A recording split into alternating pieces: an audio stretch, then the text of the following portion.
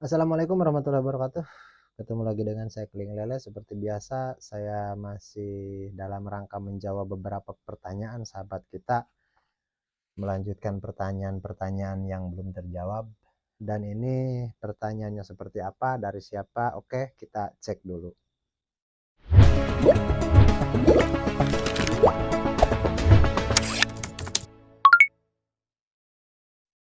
Oke sahabat, ini salah satu pertanyaan daripada sahabat kita, yaitu user Heavy41. Dan pertanyaannya seperti apa? Bang, biasanya berapa kali terjadi perubahan transisi air dalam satu siklus, atau ada rentan waktunya setiap perubahan? Oke, jadi sahabat kita ini menanyakan dalam satu siklus itu ada berapa kali perubahan air, atau disebut transisi air, atau kalau bahasa saya perubahan fase lah, seperti itu.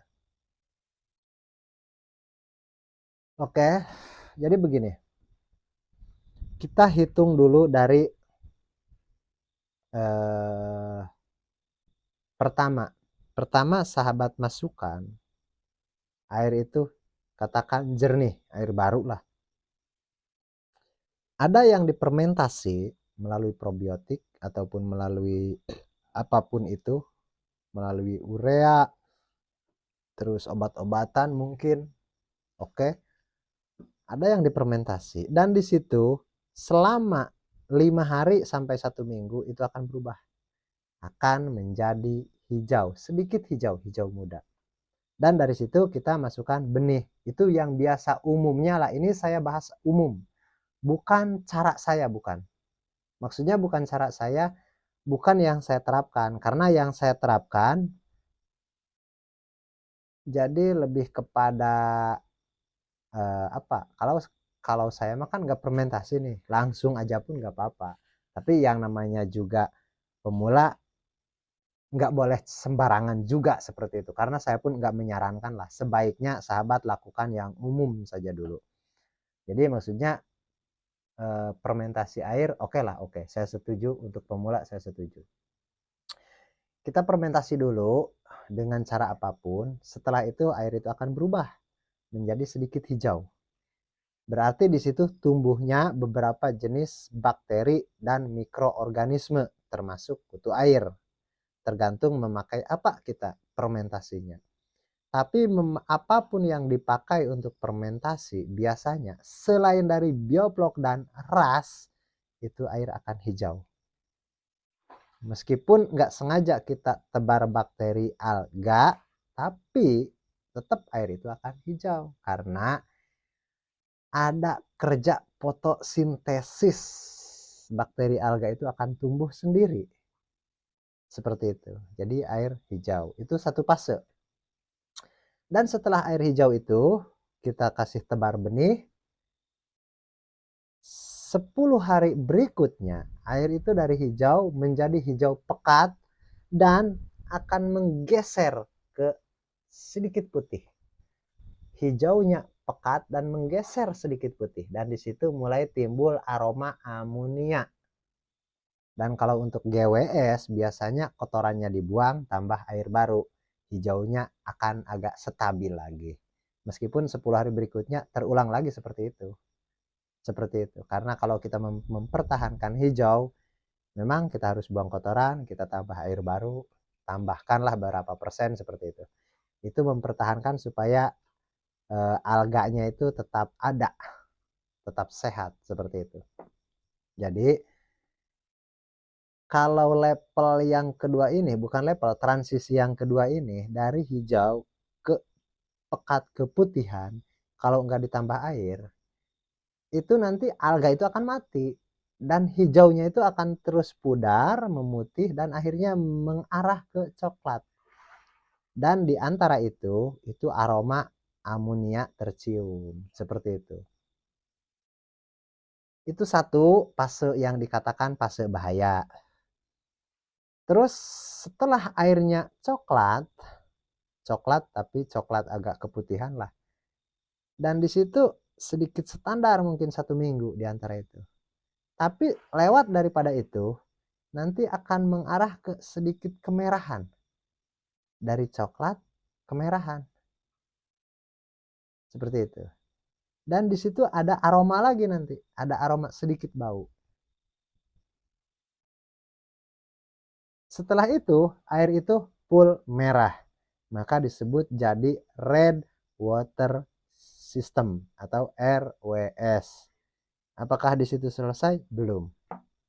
Karena setelah merah, merahnya agak sedikit merah, agak muda lah, agak pudar gitu, nggak pekat.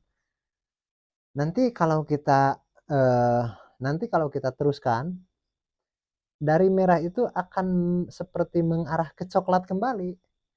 Tapi nggak sampai coklat, lele panen. Jadi nggak sampai ke coklat. Lele itu panen. Dan dipanen, airnya dipakai kembali.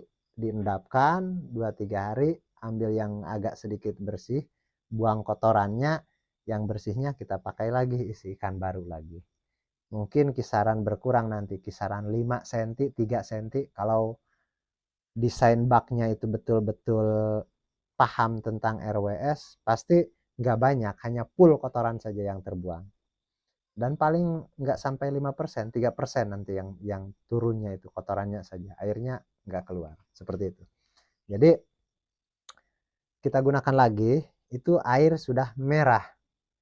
Meskipun tadinya semasa sebelum panen nih agak kecoklatan nih, tapi begitu dipanen ikannya itu air akan kembali merah, merah pudar. Dan setelah itu kita kasih pakan seperti biasa, itu akan mengarah ke coklat lagi. Dan setelah itu aman. Jadi fasenya itu merah, nanti hampir coklat, timbul amonia, kita redam, dan lewat merah lagi. Terus kalau sudah 2 kali panen gimana? Kalau sudah 2 kali panen, fase itu semuanya tidak ada. Karena airnya itu nggak mau berubah lagi sudah. Merahnya itu sudah pekat, sudah nggak berubah lagi, dan di situ amannya. Nggak ganti air, nggak tambah air, pokoknya tebar kasih makan, udah gitu aja. Tinggal panen, tebar lagi, kasih makan, panen, tebar lagi. Seperti itu. Jadi kalau untuk pertanyaan siklus berapa kali, tadi dari bening ke hijau 1 kali, dari hijau ke agak putih 2 kali, dari agak putih ke coklat 3 kali, dari coklat ke merah 4 kali. Maaf sahabat, ini di pinggir saya sebelah kanan ada lele yang baru datang dari petani, tadi dikirim mungkin ada 4 kintalan lah. Terus dengar saya bicara, mungkin dia belum terbiasa di tempat terang begini, gak mau diam, stres lah. Jadi dia terus berbunyi, apa namanya, kayak kaget gitu. Oke, nggak apa-apa, kita jangan hiraukan ikan itu, takutnya nanti sahabat, apa itu bunyi-bunyi gitu. Itu ikan lele yang tadi dikirim dari petani saya, seperti itu. Oke, jadi begini. Untuk fase itu kurang lebih 4 fase. 4 transisi. 4 kali. Lebih dari 4 kali, itu hanya ada 2 fase saja di periode yang keduanya. Kita tebar lagi yang baru, nanti ada 2 fase saja. Fase merah coklat, merah coklat. Tapi itu nggak bahaya, nggak menyebabkan mati. Karena baunya itu nggak bisa bau lagi. Sudah lewat fase bau. Jadi kalau bahasa manusia itu, kalau stres, pening, sudah loss, sudah di titik tertentu itu kan sudah jadi ODGJ itu, sudah jadi orang tertawa sendiri sambil jalan-jalan di pasar, itu kan sudah nggak ada pusing lagi, nggak ada pening lagi, seperti itu. Mungkin seperti itulah bayangannya, seperti itu. Jadi udah kebal lagi, nggak kena penyakit pusing, pening, ngatur ini itu nggak ada, sudah bebas saja. Jadi maaf saya umpamakan seperti itulah. Jadi air itu kalau sudah melewati beberapa fase yang tadi saya sebut, fase perubahan air itu sudah terlewati dan itu nggak bisa berubah lagi, dia akan kekal di situ. Dan kalaupun pergantiannya nggak diganti sama langsung, nggak diganti sama sekali langsung, seperti itu. Jadi kalau musim hujan kan karena yang namanya juga bak terbuka, binaan saya nggak ada yang pakai netting atau paranet atau plastik UP, itu nggak ada. Maksudnya yang skala 4-5 kintal panennya itu nggak ada, kecuali yang sudah tonan pun ada berapa, ada 2 saja yang pakai plastik UP itu, paranet, yang lainnya nggak ada, terbuka begitu saja. Karena kalau yang pakai paranet itu bukan red water system, bukan. Red water system nggak ada pakai naungan, nggak ada. Termasuk grand water system pun nggak ada. Justru kita memerlukan bantuan cahaya matahari grand water system itu. Termasuk red water system, kecuali sistem kocor ada yang pakai paranet atau plastik UP. Sistem bioplok ada yang pakai itu untuk mengurangi sinar matahari. Dan saya nggak menyalahkan yang pakai paranet atau pakai plastik UV, enggak.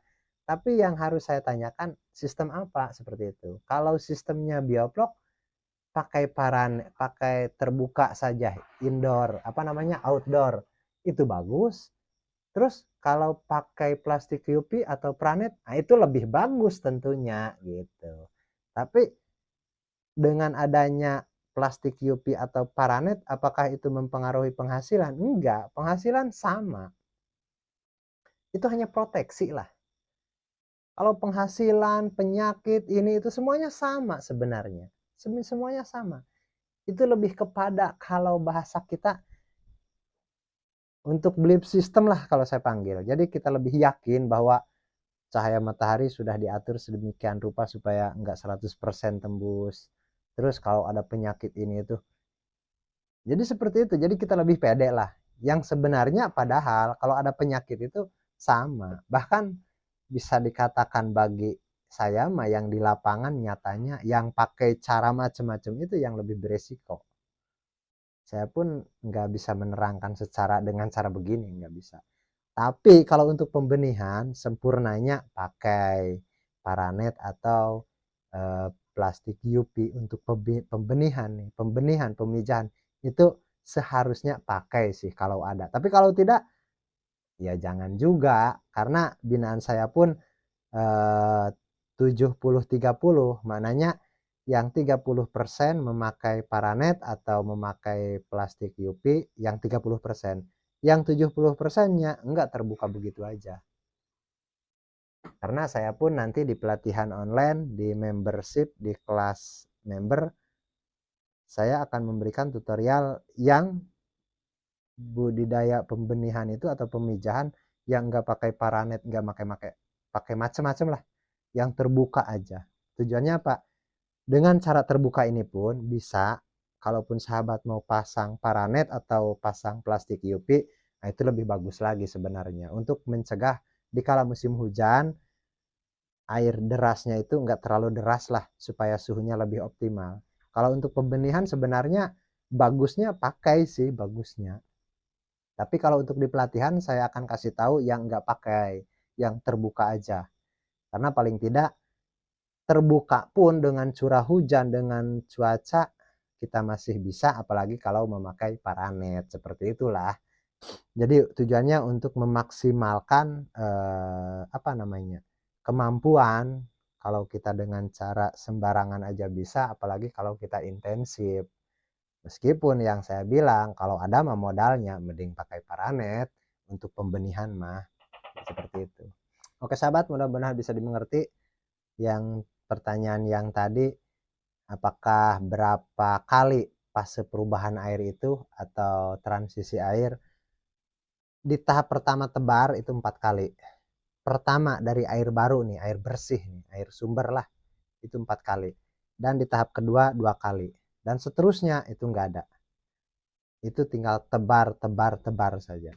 Enggak ada fase perubahan apapun lagi. Seperti itu. Itu sudah dinyatakan aman. Seperti itu. Jadi pertanyaan berikutnya, emang ada berapa sistem sih Bang untuk budidaya lele? Oke. Kalau sistem sebenarnya banyak. Bahkan sistem itu ada beberapa petani yang ngasih nama sistem sendiri. Karena yang saya bilang, contoh nih, groundwater system dalam pengalaman saya sendiri itu nggak ada. Karena groundwater system itu sistem yang paling dikatakan sehat lah, inilah itulah, itu sebenarnya bagi saya bukan. Justru itu sistem level yang kalau bahasa jalan mah 1-2 langkah jatuh. Level, ya maaf kalau saya katakan, kalau istilah sekolah itu di TK lah, lagi belajar nyanyi gitu. Groundwater system itu kalau di sekolah itu lagi TK-TK-nya lagi belajar nyanyi, belajar joget-joget seperti itu. Untuk masa depan mungkin ada faedahnya lah mungkin seperti itu. Tapi yang jelas begini, kenapa saya bisa katakan itu? Karena hampir semua sistem itu pasti melewati fase groundwater system. Hampir, tapi nggak semua enggak. Contoh, bioflok enggak. Recirculating aquaculture atau RAS itu enggak. Selain daripada itu, semuanya melewati groundwater system, melewati sistem yang air hijau. Seperti itu. Jadi itu bukan sistem, itu tahap pertama tebar saya panggil. Justru itu jadi patokan. Airnya udah hijau, berarti udah layak tebar lah, udah airnya sudah bagus lah, jadi kita tebar seperti itu. Karena kalau tebarnya padat dan perawatannya intensif, itu 2-3 minggu itu sudah berubah. Maksimal 1 bulan itu sudah berubah, sudah nggak hijau lagi. Alga semuanya mati. Sudah tertukar bakterinya itu. Dari bakteri yang A itu sudah diganti. Secara otomatis itu akan terganti bakteri. Karena bakteri itu bisa tumbuh sendiri dan setelah mati akan ada lagi bakteri yang lain lagi yang sesuai untuk kondisi itu. Bakteri kehidupannya memang begitu.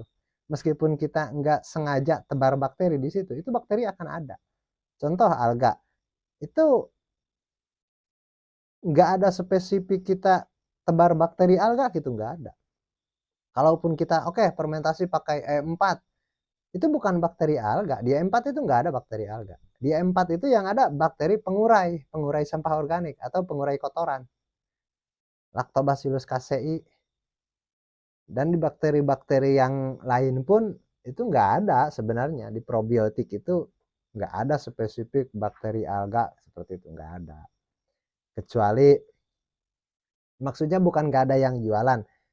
Di toko-toko tertentu adalah, contoh di toko akuarium ada kayak benihnya seperti itu, benih bakteri alga seperti itu. Ada sih sebenarnya. Tapi spesifik untuk pembudidaya nih, kita beli itu enggak ada yang pakai. Meskipun kalaupun sahabat mau pakai itu enggak apa-apa. Cuman yang jadi masalahnya enggak pakai pun dalam waktu 1 minggu itu bisa tumbuh sendiri dengan cara difermentasi, didiamkan begitu saja pun. Makanya yang saya katakan, kalaupun enggak pakai probiotik difermentasi selama 1 minggu, kalau saya 0 rupiah enggak pakai apa-apa, 1 minggu sudah bisa dijamin hijau air, enggak pakai apa-apa, bisa. Dan saya bisa buktikan nanti di fitur gabung atau di membership, di pelatihan online nanti saya kasih tahu tutorialnya, caranya. Bahkan di situ nanti saya adakan perbandingan yang pakai probiotik yang enggak seperti itu. Minimal supaya paham bahwa selama ini kita beranggapan kalau nggak pakai ini nggak bisa hijau. Nggak juga, banyak metode yang gratis pun banyak. Meskipun kalau dibilang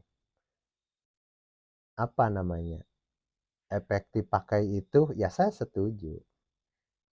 Tapi saya punya cara yang lebih efektif sebenarnya, seperti itu. Jadi kesimpulannya, untuk sahabat kita ini ada berapa sistem sih untuk budidaya lele? Jadi banyak. Ada GWS, ada RWS, ada sistem kocor, ada semi kocor, ada semi RWS, ada semi ras, ada sirkulasi, sistem sirkulasi khusus, nggak pakai bakteri aerob, ada juga yang kocor intensif. Itu kurang lebih 10 sistem yang saya sudah coba, itu kurang lebih seperti itu. 10 sistem, itu pun masih ada lagi sebenarnya. Ada lagi. Mungkin ada 3 lagi sistem lah. Dan itu yang skala industri biasanya yang memakai. Yang kapasitas, contoh nih, baknya diameter 3, tapi supaya bisa muat 7-8 ribu ekor. Panennya 1 ton seperti itu. Diameter 3 panen 1 ton. Kan itu nggak mungkin seperti itu. Tapi itu ada, bisa. Ada, itu bisa. Tapi saya nggak bisa bicara bebas liar seperti inilah. Karena itu bahaya, resikonya luar biasa. Sekali kerugiannya pun luar biasa juga. Jadi itu nggak bisa sembarangan. Nggak bisa sembarangan. Tapi kalaupun ditanya ada nggak, ada. Bahkan ada beberapa perusahaan yang mungkin sahabat bisa searching-searching kayak di India. Itu kalau tebar padat itu bukan padat lagi, super duper padat itu kalau di India. Seperti itu. Jadi di negara-negara lain itu tebar per meter 400-500 itu bukan padat. Jadi kalau di negara lain lah, kalau kita 200 pun per meter kubik padat. Tapi kalau di negara lain itu 1000 per meter itu nggak padat, biasa saja. Bahkan belum padat, belum.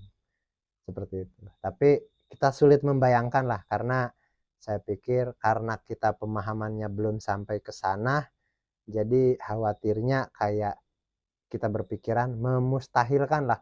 Mana mungkin mustahil seperti itu. Karena bagaimanapun juga kita harus rasional juga.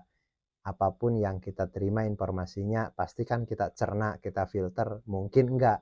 Dan kita di situ logika itu pasti akan bertanya-tanya seperti itu. Oke, mudah-mudahan bisa dipahami. Jadi untuk sistem itu banyak. 10 yang bisa diterapkan untuk masa-masa sekarang, dan sebenarnya ada 13 yang sudah saya pelajari. Dan untuk yang 10 sistem, untuk yang 10 jenis itu, 10 sistem itu sudah populer lah. Sudah di kalangan masyarakat manapun sudah tahu apa saja sistemnya. Seperti itu. Oke, mudah-mudahan bisa dimengerti. Dan kita ketemu lagi di pembahasan berikutnya. Assalamualaikum warahmatullahi wabarakatuh.